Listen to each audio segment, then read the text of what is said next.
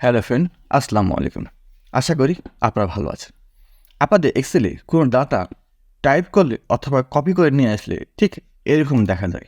তারপর আপনারা কী করেন, প্রতিটা এখানে ডাবল ক্লিক করেন অথবা এভাবে টেনে টেনে আপনারা সাইজে নিয়ে আসেন। আমি এখন আপনাদের দেখাবো কিবোর্ড শর্টকাটের মাধ্যমে অথবা ম্যানুয়ালি কীভাবে আপনারা এক ক্লিকে সবগুলো সেল অ্যাডজাস্ট করবেন। চলুন তাহলে টিক্সটে চলে যাই। আপনারা প্রথমে এই ডকুমেন্টকে সিলেক্ট করবেন।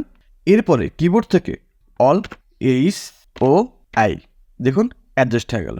এরপরে আপনারা যদি রো অ্যাডজাস্ট করতে চান তাহলে সেমভাবে কিবোর্ড থেকে অল্ট এইচ ও এতে ক্লিক করবেন।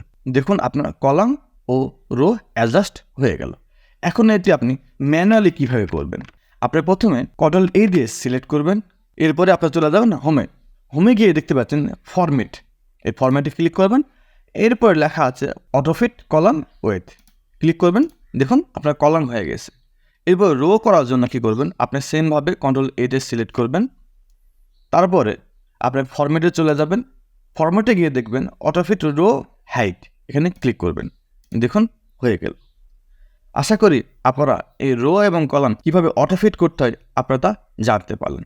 এই ধরনের আরও নতুন নতুন টিপস জানার জন্য অবশ্যই আমার চ্যানেলটিকে লাইক, কমেন্ট, শেয়ার এবং সাবস্ক্রাইব করুন। আসসালামু আলাইকুম।